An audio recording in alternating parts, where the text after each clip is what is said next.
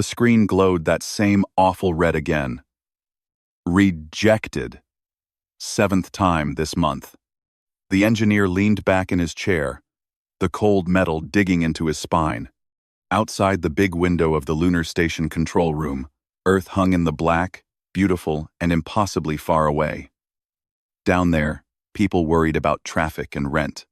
Up here, they were stuck because some ancient alien rule said they couldn't move a piece of dead space junk blocking their work. He rubbed his eyes. They felt gritty, dry from too many hours staring at flickering data. His crew was tired too. He could see it in the slumped shoulders of the woman monitoring the Titan mining bots, the way the younger guy kept tapping his fingers impatiently on the console. They'd been waiting weeks. Every day the delay cost them. Not just money the big companies cared about, but real people's jobs. The chance to get vital fuel back to Earth. Helium. 3 wasn't just for fancy tech. Hospitals needed it. Cities needed the power it helped create. It had started so simply. A routine scan near Saturn's moon Titan, where their big mining ship, the Minotaur, was working. They found it. An old drone, just floating there, forgotten. Looked like it had been dead for ages, maybe 200 years. Now it was right in the middle of the lane where the Minotaur needed to operate. A simple nudge, a quick tow, and it would be out of the way. Safe. Done. But the Sylph said no. Not angrily. Not even really to them. Just a cold, automated message popping up on the screen, over and over. Request denied. Sacred Protocol 7.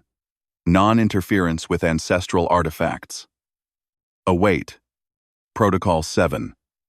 Review cycle. Estimated. 18 months. 18 months. To move a piece of harmless scrap? It felt ridiculous. Like being told you couldn't pick up an empty soda can from your own driveway because it might be someone else's ancient heirloom. They'd sent polite messages. They'd asked for clarification. They'd even tried to explain the real-world problem. The Minotaur couldn't work. People were getting nervous back on Earth. Supplies were getting tight. The Sylph messages never changed. Just the same read, rejected, the same impossible wait time. It wasn't malice, maybe. It felt worse. Like talking to a brick wall that only understood its own ancient rulebook. The engineer sighed, the sound loud in the quiet room. He looked at his crew.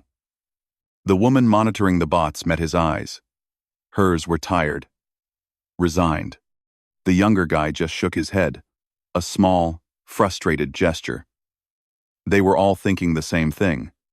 This is pointless. They'd jumped through every hoop the Sylph had set up. They'd followed every step. And for what? To sit here, watching the problem get bigger, while the clock ticked down on their mission window. He thought about Earth. About the families relying on the jobs this mission provided. About the hospitals waiting for the next shipment of clean fuel. 18 months wasn't just a delay. It could kill the whole project. People would lose work. Progress would stall. All because of a stupid, unmovable rule about space junk nobody even claimed anymore. The frustration, which had been a low hum in his chest for weeks, suddenly flared into something hot and sharp. It wasn't anger at the Sylph. Not really. It was anger at the stupidity of it. The sheer, maddening waste of time and effort when a simple solution was right there. He'd spent his whole career fixing things, welding broken pipes on Mars stations, jury-rigging life support on asteroid haulers. His hands itched to do something, not just sit and wait for permission that would never come. He looked at the main console. The Minotaur's systems glowed reassuringly. Strong grapplers, reliable thrusters. A clever navigation trick he and the crew had cooked up months ago, just in case comms went down. A way to send simple signals without using the official, monitored channels. It was risky. Sure, bypassing the Sylph comms? Technically, it might break some obscure agreement. But moving that drone? It was barely more complicated than pushing a shopping cart out of the aisle. Harmless. Necessary. The thought formed, clear and simple, cutting through the fog of frustration. We don't need their permission to clean up our own workspace. He took a deep breath. The knot in his chest loosened, replaced by a strange calm. This wasn't rebellion. It wasn't war. It was just getting the job done. Like he'd done 100 times before when the manuals failed and the bosses were too slow to respond. He turned to his crew. His voice was low, but it cut through the quiet hum of the station. All right. Enough waiting. He pointed at the main screen, showing the drone's location. That thing stays right where it is. We lose this contract. We lose the contract. A lot of good people lose their jobs. Earth loses fuel we promised. He saw the understanding click in their eyes. Not excitement, but a grim readiness. They were tired of the runaround, too.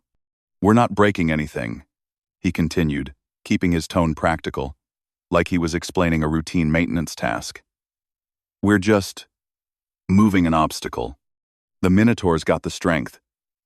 We use the old grapplers, the ones we fixed last week. We attach a simple beacon, the kind we use for lost cargo pods. Just a little nudge to push it clear of the lane. Nothing fancy, nothing dangerous. We do it quiet, fast, before the Sylph even notice it's gone. He saw the younger guy's shoulders straighten. The woman monitoring the bots gave a small, firm nod. The idea wasn't wild. It was sensible. The kind of thing any practical person would do when faced with a pointless blockage. Estimated time? The woman asked, her fingers already hovering over her console, pulling up the Minotaur's status. 2 hours, tops, he said. In and out. Lunch should still be warm. He tried for a light tone, but the seriousness was still there. We bypassed their main comms channel. Use the secondary burst signal, the one for emergencies only. Just to tell the Minotaur where to go. No messages, no explanations. We just do it. He looked at the screen one last time. The red, ejected, mocked him. 18 months. For this. He leaned forward, his hand resting on the edge of the console. The cool metal felt solid, real. This was it.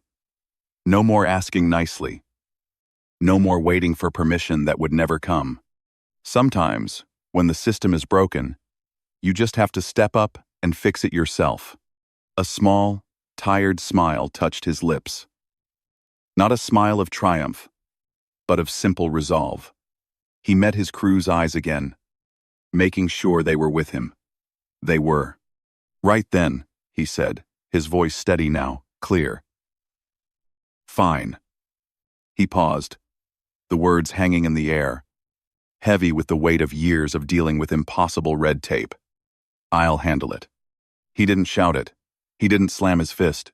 He just said it, quietly, to his team, like stating a simple fact. His hand moved to the console. Not to send another request.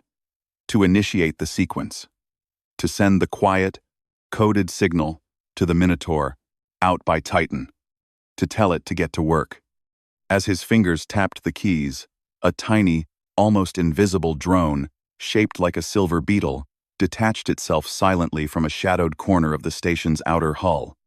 It had been there for weeks, a passive observer from the Sylph Collective.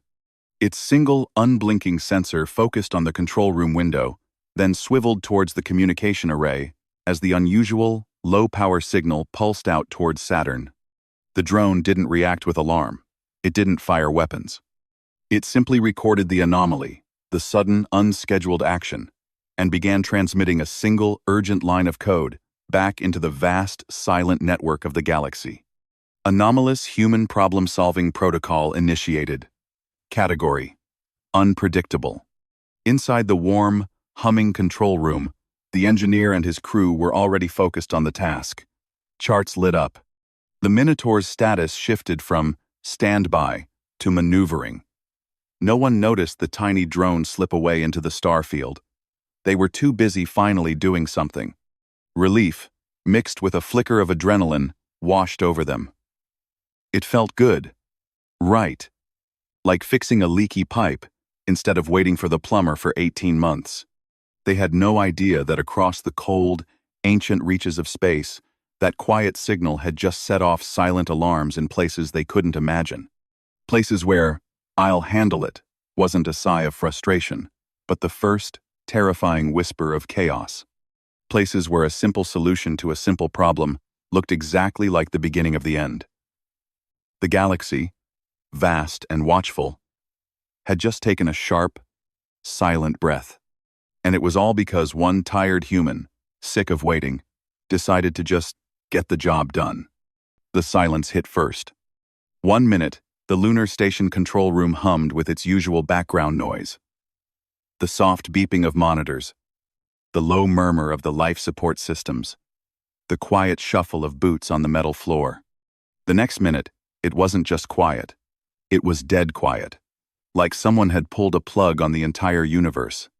The engineer froze mid-sentence, his finger still pointing at the main screen showing the Minotaur's progress near Titan. He'd just said, "See? Smooth as butter." Watching the mining ship's grapplers gently nudge the old Silth drone out of the mining lane. Relief had washed over the room. They'd done it. Quiet, fast, clean. Just like he promised. Lunch would be warm. Then the comms died. Not just their private channel to the Minotaur. That flickered back after a second. The ship reporting the drone was clear and stable. It was everything else. The constant stream of background chatter from Earth, mission control updates, weather reports from the lunar domes, even the faint, tinny sound of a newsfeed playing in the corner, just stopped, gone, like a radio suddenly tuned to static. The woman monitoring the bots spun in her chair, her face pale. Earth's gone dark. All channels. Nothing. Her voice was tight, trying to sound calm, but missing the mark. The younger guy slammed a hand on his console. Not hard, but enough to make the others jump. What? How? Solar flare? Did we just get hit by a flare? He looked around wildly, like the sun itself might burst through the window. The engineer didn't answer right away. He stared at the main comm panel. Rows of lights that should have been blinking. Green for active, yellow for standby. Were all dark.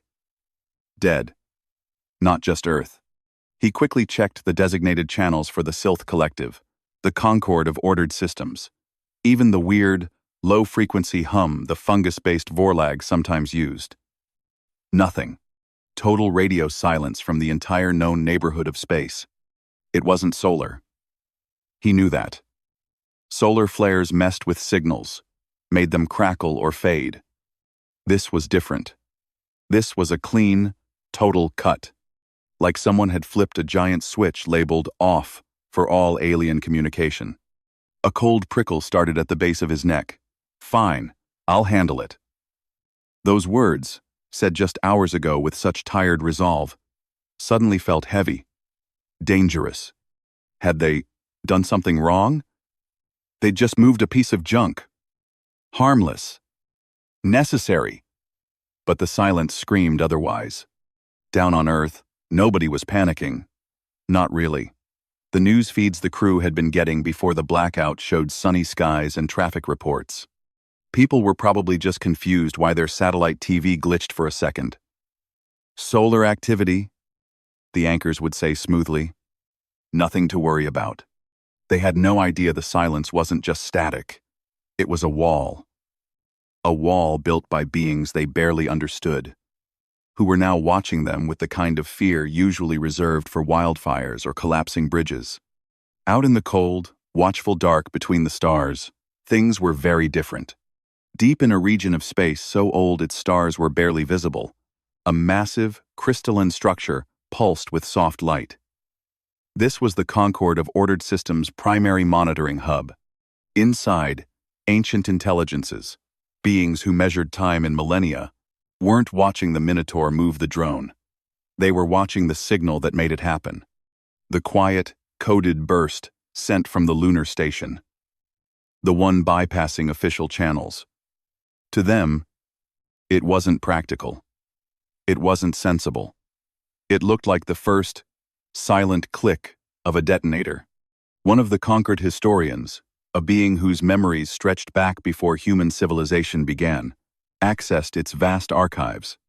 Its internal systems whirred as it pulled up records labeled Cathar Incident.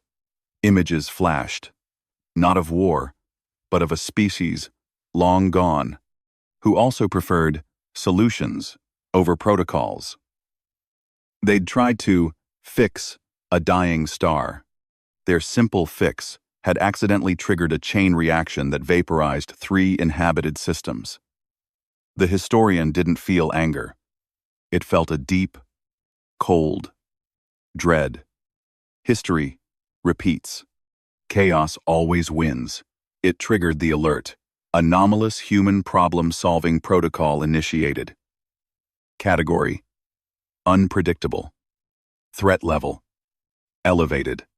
Simultaneously, near a cluster of gas giants, a vast, slow-thinking network of fungal life, the Vorlag, sensed the same signal. But they didn't see code. They smelled it. Through energy signatures translated into chemical impulses, the signal reeked of wrongness. It carried echoes of the chaos plague that had nearly wiped them out generations ago. A time when uncontrolled energy surges and unpredictable biological shifts had turned their lush homeworlds into silent graveyards. Panic, slow but absolute, rippled through the Vorlag hive mind. Their first instinct wasn't attack. It was containment. They activated ancient systems designed to isolate threats. A wave of calming, pheromone-simulated static, harmless to most life but incredibly disruptive to complex electronics, began flooding the Sol system's communication bands. To humans, it would just sound like weird interference. To the Vorlag, it was sealing a quarantine zone around a potential outbreak. Back on the lunar station, the engineer finally found his voice. It came out rough. It's not solar. He pointed at the sensor readouts. Solar flares hit all frequencies messy. This is clean. Targeted. Like someone cut us off. The younger guy looked sick.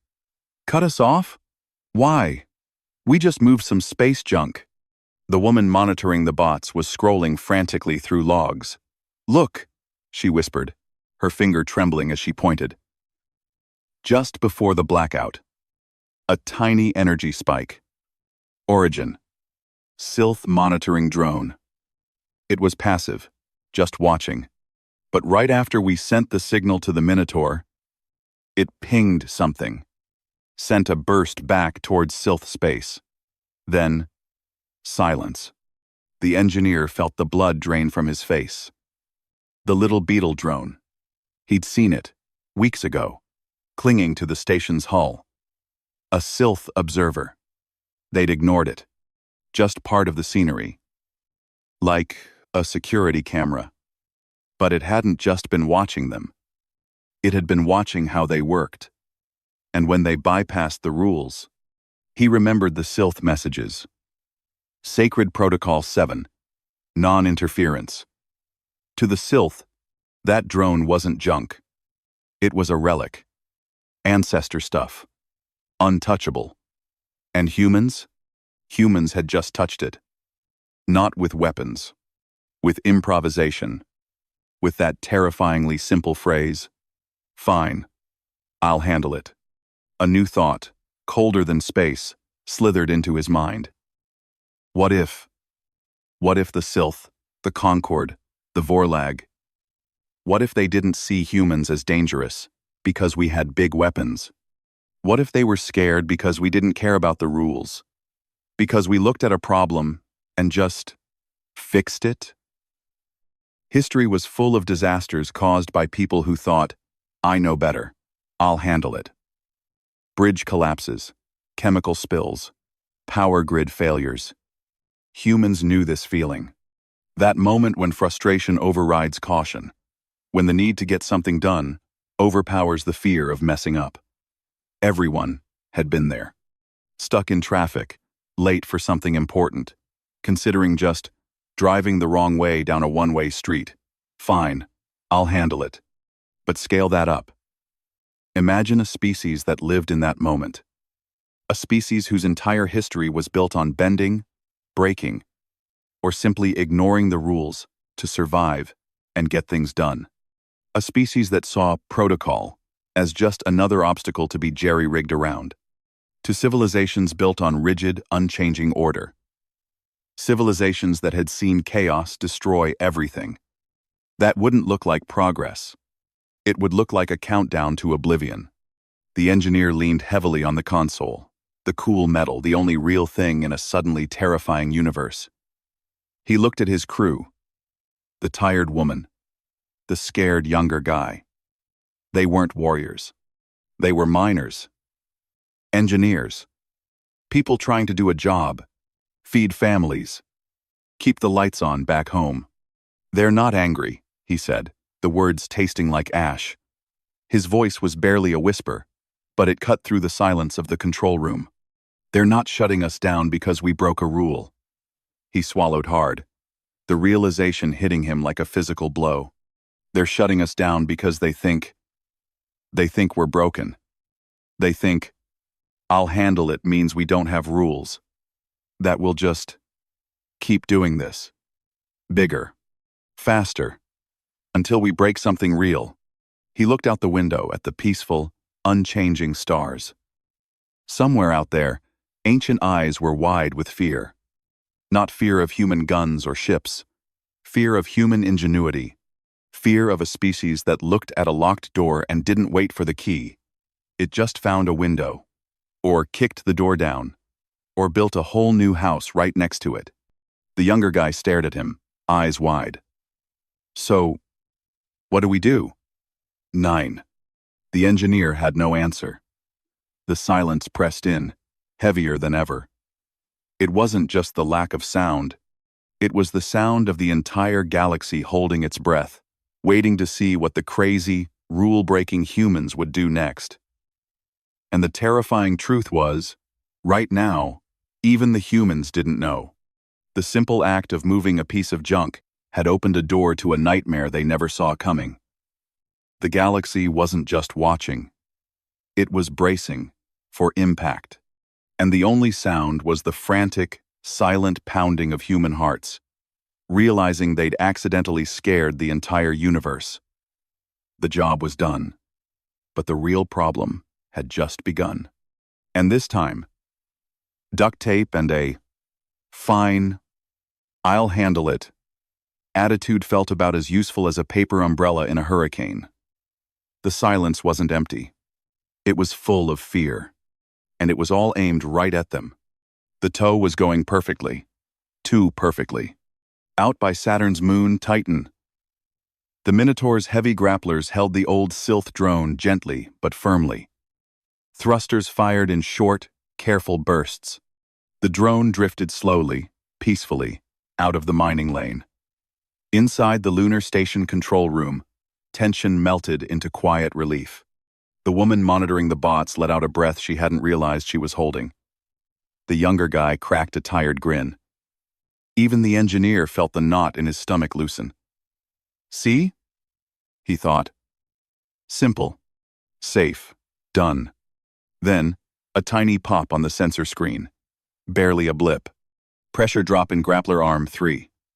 The woman called out, frowning. Minor leak. Coolant. The engineer leaned in. Just the old hydraulic fluid? The blue stuff? Yeah, she confirmed, scrolling through diagnostics. Harmless. Biodegradable. We use it in the maintenance bots. Just spilled a little. Outside, near the Minotaur, a small cloud of shimmering, electric blue liquid drifted into Titan's thick, cold atmosphere. It looked like spilled ink in oil. Beautiful. Almost. The coolant, designed to break down quickly in space, began mixing with Titan's methane seas. What happened next wasn't in any manual. The blue coolant didn't just vanish. It reacted. Tiny, native microbes in the methane, life so strange it barely registered on human sensors, feasted on the unexpected chemical. Within minutes, the spill site began to glow. Not dimly, not just a patch. A vast, swirling bloom of brilliant, pulsing blue light spread across thousands of square kilometers of the methane sea. It was like someone had spilled a galaxy of glitter into a black ocean. From orbit, it looked breathtaking, ethereal, like Titan had grown a new, living jewel. Back on the station, the crew stared at the live feed, jaws slack. "Whoa," breathed the younger guy. Did we do that?" The engineer couldn't help it. A slow smile spread across his face. Frustration, fear, the crushing silence from Earth. It all washed away for a second. "We didn't just clear the lane," he said, awe in his voice. "We made Titan prettier." It felt like a gift. A happy accident. Proof their little fix hadn't just solved the problem. It had improved things. The glow looked clean, peaceful, utterly harmless. "Record it," the engineer ordered, the idea sparking fast. "Full spectrum, every angle." He turned to the woman. "Get me that raw feed. No filters, no edits. Just what we see." She nodded, fingers flying. "Why? For the report?" "No," he said, the grin widening. "This was better than a report. This was evidence. Proof they weren't troublemakers. Proof humans could make things better. We're sending it out. To everyone. Earth, the Sylph, the Concord, the Vorlag, whoever's listening. Look. See? No harm. Just beauty. We fixed the blockage and gave Titan a light show. It felt right, simple, human. When you do something good, you share it. You show your friends. You post it online. Why wouldn't you? He didn't think about how the aliens might see it. He didn't consider that what looked like a happy accident to tired miners might look like something else entirely. To ancient, paranoid civilizations. The video uploaded fast. Shaky helmet cam footage from a tech on the Minotaur's hull. "Check it out. We moved the drone, and now the whole sea's glowing blue. Looks amazing. Right? Harmless stuff. Just fix the problem." Then, wider shots of the vast, beautiful bloom under Titan's hazy sky. No music. No fancy editing. Just raw, human excitement. Click, sent. Across the galaxy, silent alarms screamed. Near a cluster of dying stars, the Vorlag hive mind felt it first. Not as light, not as video, as scent. Through their vast network, the energy signature of the glowing bloom translated into a chemical scream. Bioluminescent, scourge, detected. Origin, soul system, human activity. Memories flooded the hive. Not of war, but of silent, creeping horror. Centuries ago, a similar glow had spread across their homeworlds. A beautiful, deadly light that consumed their fungal forests, turning vibrant ecosystems into sterile, glowing wastelands. It had taken generations to contain. The fear was deep, primal. Panic, slow but absolute, rippled through the hive. This wasn't an attack. It was an outbreak. Humans hadn't just moved a drone. They'd engineered this. They'd weaponized Titan's very seas. The Vorlag couldn't wait. They couldn't ask questions. They had to contain it. Now, a silent probe, sleek and dark, detached from a Vorlag monitoring station near Neptune. It carried a payload not of weapons, but of terraforming spores. Microscopic agents designed to neutralize contaminants by overriding local biology. It slipped into Titan's atmosphere, undetected by the humans, and released its cargo over the glowing bloom. The spores met the microbes. And fused. The result wasn't destruction. It was more life. A new kind of lichen, tough and resilient, began growing within the glow. It absorbed the blue light, amplified it, and pulsed even brighter. The bloom didn't fade. It expanded, doubling in size within hours. The accidental beauty became even more dazzling, more alive. Back on the lunar station, the crew saw the new data. The glow was spreading, getting stronger. "Whoa," said the younger guy again, but this time his voice was tight. "It's bigger?" The engineer frowned. Must be the microbes spreading, or reacting to the cold. He tried to sound calm, but a flicker of doubt crept in. Too perfect? Then, the video hit the galactic networks. The Concord of ordered systems received it not as a video file, but as a chaotic burst of unfiltered data. To their ancient, protocol-driven minds, the shaky footage wasn't a happy accident. It was evidence, proof of deliberate, uncontrolled experimentation. The caption, "We fixed the problem," translated as Omen engineering of xenobiotic ecosystem shift confirmed. Historians in the crystalline hub pulled up records, the Cathar incident. The species who fixed a dying star and vaporized 3 systems. The glow on Titan wasn't beauty. It was the first stage of planetary sterilization, or worse, terraforming for conquest. Confirmed. Chaos. Agents. Active. Threat level. Critical. The alert rippled through the Concord fleet. Ships near Jupiter shifted position, not aggressively, but ready. Shields powered up to 90%. Weapons stayed cold.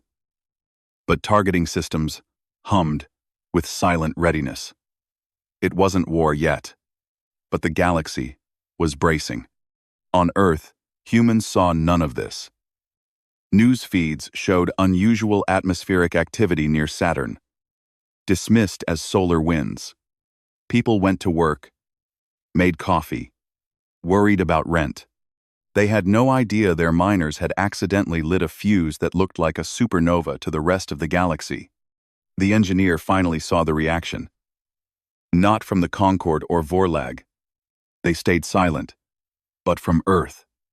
A single, terse message finally broke through the comms blackout. Cease all activity near Titan.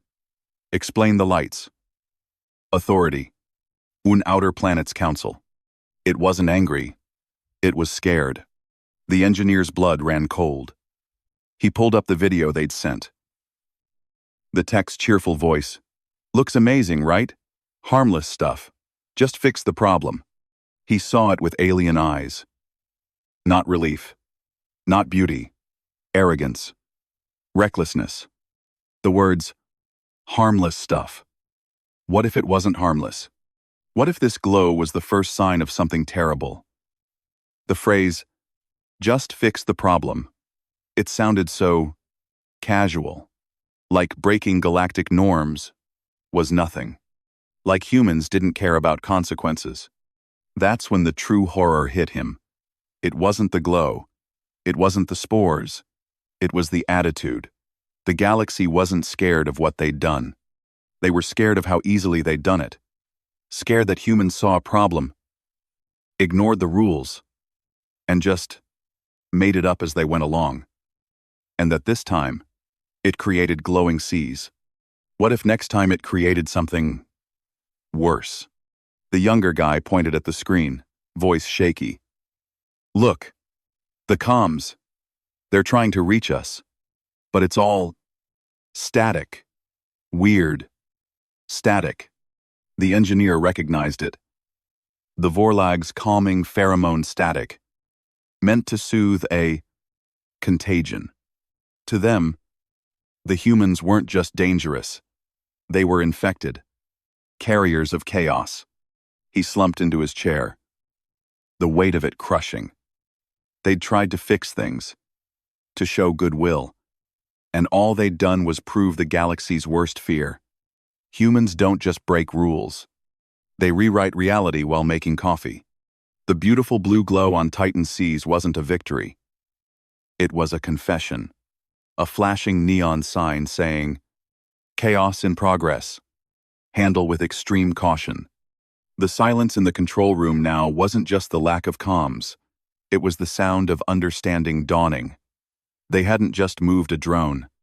They'd accidentally shown the galaxy the one thing ancient civilizations feared most. A species that looked at the universe's rulebook and said, "Nah, I'll just wing it." And now, the whole galaxy was watching, hearts pounding, waiting to see what winging it would mean for them. The simple fix was over. The real nightmare had just gone viral. The engineer stared at the pulsing blue light on the screen.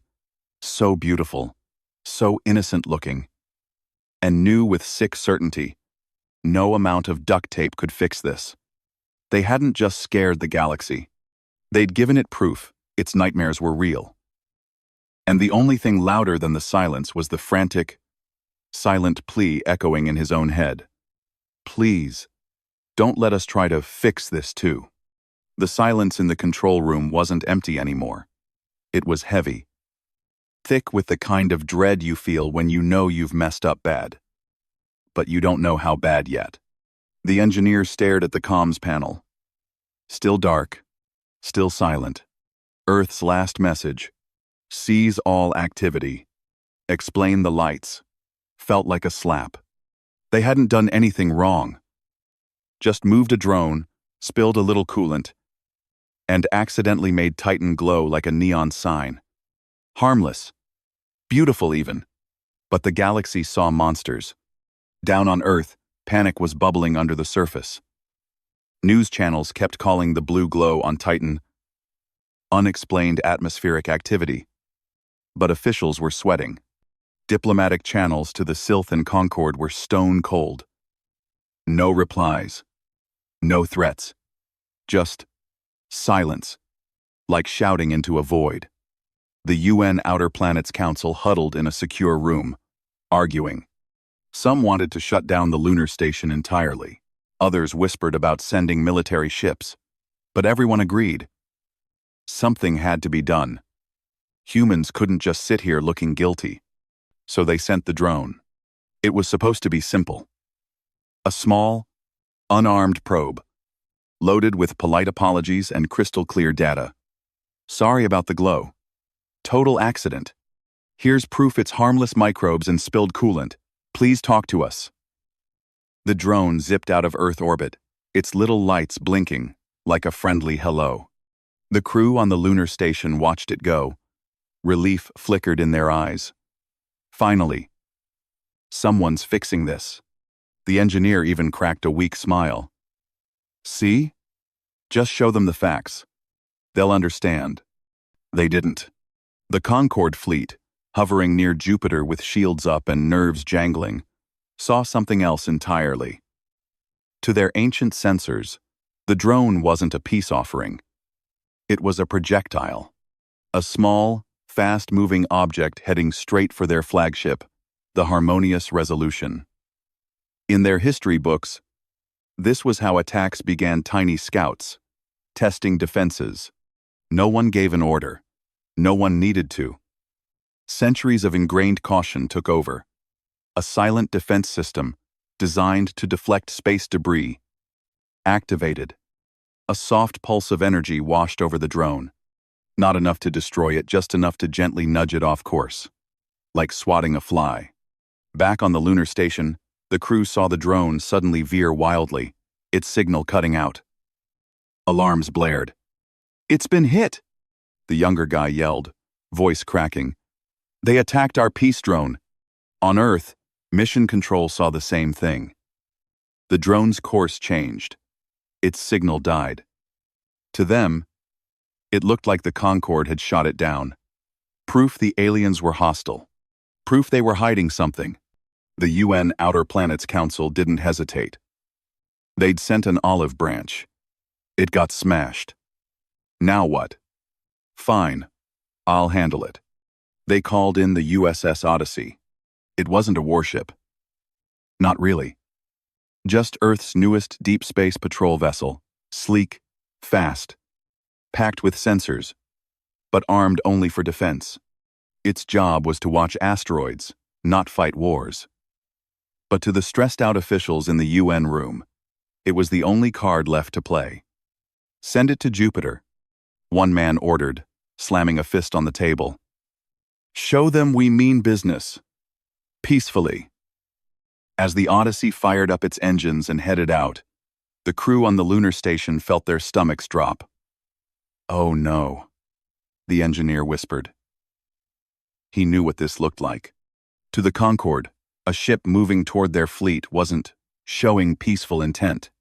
It was the final step before battle. And the Concorde saw it coming. Their flagship's sensors locked onto the Odyssey. Shields snapped to 100%. Silent weapons arrays powered up, just a hair's breadth from firing. The Concorde didn't want war, but they believed war was coming. Because humans had just done it again. Ignored the rules, escalated the situation, and charged headfirst into a hornet's nest. To them, that phrase was a death sentence for civilizations. Meanwhile, near Titan, the Vorlag probe's spores had done their containment job. The glowing lichen was now pulsing brighter, spreading faster. To the Vorlag, this meant one thing. The scourge is evolving. Panic spread through their hive mind like wildfire. They had to act faster, stronger. So they activated their planetary defense grid, a network of satellites designed to shield their colonies from cosmic threats. Harmless beams of energy, meant to deflect radiation, swept across the Sol system. One beam washed over Mars. On Earth, it looked like Mars was suddenly lit up by invisible spotlights. Radiation spikes flashed on every sensor. News channels went wild. Mars under attack? Unknown energy barrage. People on the street looked up at the night sky, confused and scared. Was this the start of an invasion? Back on the lunar station, the crew saw the radiation data. "Mars is getting hit!" The woman monitoring the bots gasped. "It's coming from Vorlag space." To them, it looked like the Vorlag were attacking. The engineer's mind raced. This is snowballing. Every time we try to fix it, we make it worse. The UN sent a drone? Looks like an attack. The Odyssey moves? Looks like war. Vorlag defenses activate? Looks like an assault. The galaxy wasn't just scared of humans, it was terrified of its own reflection in human actions. Then the engineer had an idea. A stupid, desperate idea. The kind you get when you've run out of options. "Remember the lichen?" he said suddenly, pointing at the live feed of Titan's glowing seas. "The Vorlag think it's a weapon. But what if we calm it down? Show them it's peaceful?" The younger guy blinked. "How? Throw confetti at it?" "Music," the engineer said. "We know sound waves can affect certain materials.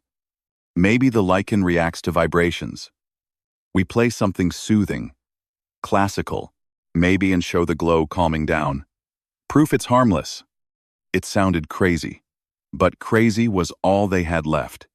They scrambled, found an old audio file on the station's server, Beethoven's Moonlight Sonata, patched it into the Minotaur's external speakers, aimed the sound toward the glowing lichen fields, hit play. At first, nothing, just the quiet hum of the station and the soft piano notes drifting into space. Then, the lichen pulsed, not randomly. In time, with the music. The blue glow swelled with the melody, dimmed with the pauses. It was mesmerizing, beautiful. The pauses, like Titan itself, was dancing to the tune. The crew cheered. "It's working!" the younger guy shouted. "Look! It's calming down." They recorded it. Sent the video everywhere. Earth, Concorde, Vorlag, Sylph. "See? Harmless.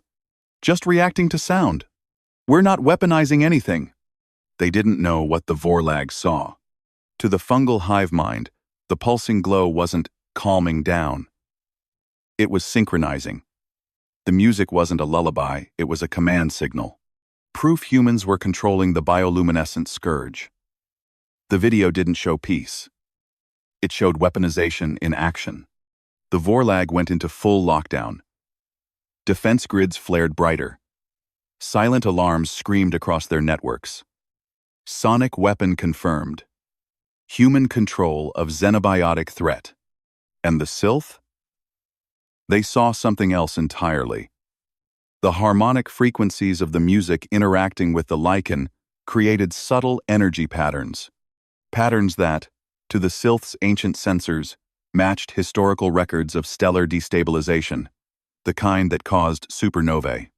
To them, humans weren't playing piano. They were tuning a bomb. Sacred protocol. 7 violation. Stellar manipulation. Attempted. Threat level. Extinction. The engineer watched the comms panel. Still dark. Still silent. But now, he felt the tension. Felt the galaxy holding its breath. Ships moving near Jupiter. Energy beams hitting Mars. Radiation spikes everywhere. All because they'd tried to help. He slumped against the console, exhaustion hitting him like a wave. "We just wanted to fix a problem," he muttered, more to himself than anyone. "Move a drone. Clean up a mess. Now." He gestured at the screens. Jupiter's fleet. Mars's lights. Titan's dancing glow. "Now we look like we're trying to break the whole system." The younger guy stared at the Odyssey's position on the map, now uncomfortably close to the Concorde fleet. What happens if the Odyssey gets scared and fires first? Oh, the woman monitoring the bots shook her head. It won't. It's not armed for attack. But the Concorde doesn't know that, the engineer said quietly. To them, any ship pointing weapons is a threat. And humans? We've already proven we don't wait for permission. Silence fell again. Heavier this time. They'd tried everything. Apologies. Proof. Music. And every single fix had been twisted into proof they were dangerous. The galaxy wasn't listening to facts. It was listening to fear. The engineer looked out the window at Saturn, glowing softly in the distance. Titan was just a speck beside it, still pulsing blue to Beethoven. So beautiful. So innocent. And yet, to everyone else, it looked like the end of the world. That's when he realized the truth. It wasn't about the drone, or the glow, or the music. It was about them. Humans. The way they jumped in, got messy, made mistakes, but kept going. To civilizations built on perfect order, that wasn't courage. It was chaos. And chaos was the one thing they couldn't control. The Odyssey kept moving toward Jupiter. The Concorde fleet held its position, weapons humming. The Vorlag beams swept Mars again. Earth's news channels screamed about invasions. And on the lunar station, 3 tired humans sat in the dark, watching their simple fix spiral into the edge of disaster. They hadn't meant to scare anyone. They'd just meant to do the job. But in a galaxy that valued rules above all else, that was the scariest thing of all. The engineer closed his eyes. One thought echoed in the silence. What if the next, "Fine, I'll handle it," is the one that breaks everything? Outside, the stars watched. Cold. Silent. Waiting. The air in the control room felt thick enough to choke on. Outside the window, the USS Odyssey hung in space, a tiny speck against the massive, silent shape of the Concorde flagship near Jupiter. Shields glowed faintly on both ships. One wrong move, one nervous finger on a trigger, and everything could shatter. Back on Earth, newsfeeds screamed about alien armadas and imminent invasion. But the truth was simpler, scarier. Nobody wanted a fight. They were all just too terrified to blink first. The engineer leaned against the cold metal wall, eyes burning from lack of sleep. His hands shook slightly.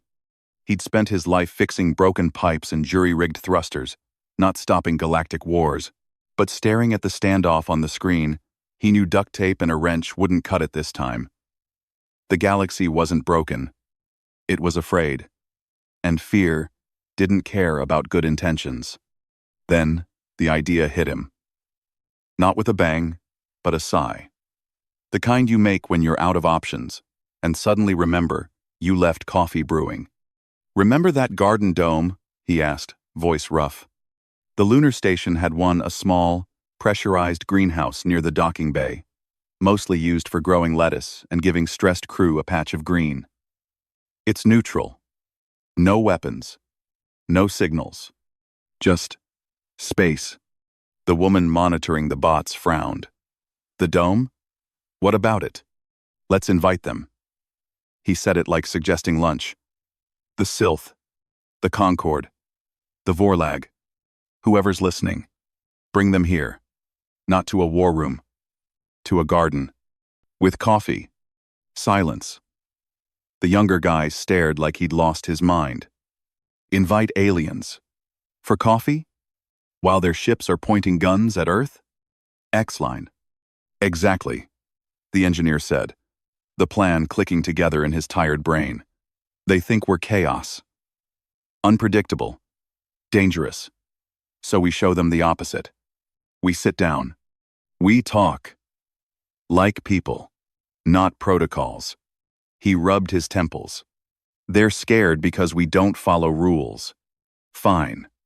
Let's follow one rule. No weapons. Just talk. Over coffee. It sounded insane. Stupidly simple. But after days of every fix, making things worse, simple felt like the only hope left. They sent the invite not through official channels, but a basic, open-frequency broadcast. Lunar Station Neutral Zone. Garden Dome. Peaceful meeting. Coffee provided. Come see, we're not monsters. No demands, no threats, just an open door. Back on Earth, officials called it reckless. They'll think it's a trap. But with the Odyssey creeping closer to the Concord fleet and Vorlag energy beams still washing over Mars, what choice was there? Then, a miracle. A tiny Sylph drone shaped like a silver beetle, just like the one that started it all, detached from the Concord flagship. It moved slowly, cautiously, toward the moon, followed by a shimmering, crystalline pod from the Concord. Then, a soft, glowing cloud of spores, Vorlag observers drifting silently through the void. They were coming, not with weapons, with curiosity. The garden dome was nothing fancy, just warm air, the smell of soil, and rows of leafy greens under soft lights. The engineer had set out 3 plain ceramic cups, a pot of strong, black coffee, and jars of the glowing Titan lichen now pulsing gently, harmlessly, like captured starlight. His hands trembled as he poured the coffee. What if they hate it? What if they think it's poison? But he kept going. This wasn't about the coffee, it was about showing humanity. The messy, tired, hopeful parts nobody saw. The Sylph drone entered first. It hovered silently near the entrance, its single sensor scanning everything: the plants, the lichen jars, the coffee steam curling in the air. It didn't sit. It didn't speak. Next came the Concord observer, a being of smooth, pale crystal that refracted the dome's light into rainbows. It settled onto a low bench, motionless, radiating calm. Last was the Vorlag cloud. It drifted in like mist, swirling gently near the lichen jars. The engineer held his breath. Please, don't dissolve the plants.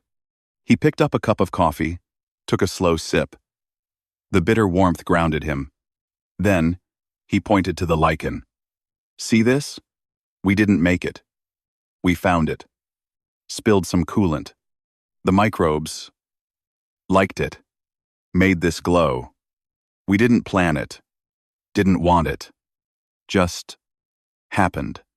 He met the Sylph drone's sensor with his eyes. We moved your drone because it was blocking our work. Not to disrespect you. Not to break rules. Because people here, he tapped his chest, need fuel for hospitals, for lights, for life. We get stuck. We get frustrated. And sometimes, we say, fine, I'll handle it. Not because we hate rules, because the rules hurt people when they don't work. He gestured to the coffee. This, we drink it when we're tired, when we need to think, or just to sit with someone. Like now. He pushed a cup toward the Sylph drone. It didn't take it. But it tilted slightly. A tiny, almost human gesture of attention. The Concord crystal pulsed softly. A gentle vibration filled the dome, like a low hum. The engineer didn't understand the sound, but he felt it relief. The crystal wasn't scanning for weapons anymore. It was scanning the coffee cup. The simple, unadorned ceramic. Proof this wasn't a trick. Just a tired person offering a drink. The Vorlag spores drifted closer to the lichen jars. One tendril of the cloud touched the glass. The lichen pulsed brighter. Not in alarm, but in resonance like it recognized a kindred spirit. The engineer saw it. He smiled weakly. It's not a weapon. It's life. Messy, unexpected life. Like us. He didn't give a speech. He didn't beg. He just talked. About long shifts on the Minotaur.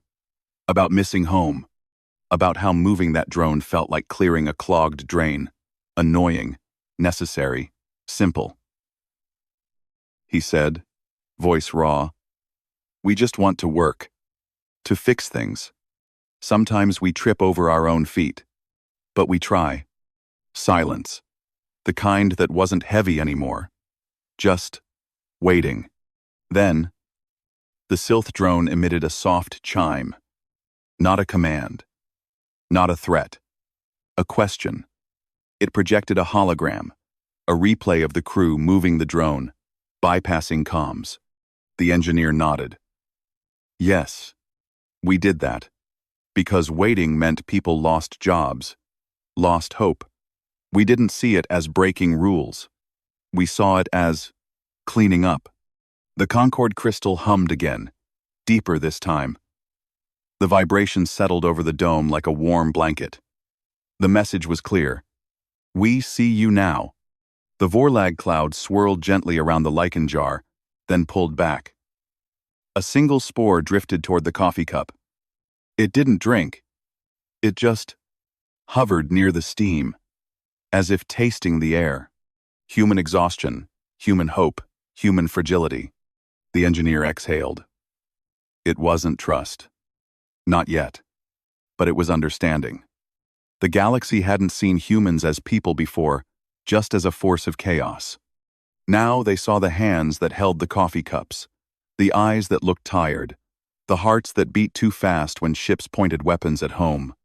Back near Jupiter, the Concord flagship's shields flickered and lowered. Just a fraction. On Earth, the Vorlag energy beams over Mars faded to nothing. The Odyssey paused its approach. The silence wasn't gone, but the fear in it was. The Sylph drone pulsed a new message onto the dome's wall. Sacred Protocol 7 amended. Human fine. I'll handle it clause. Mandatory observer present. It wasn't permission.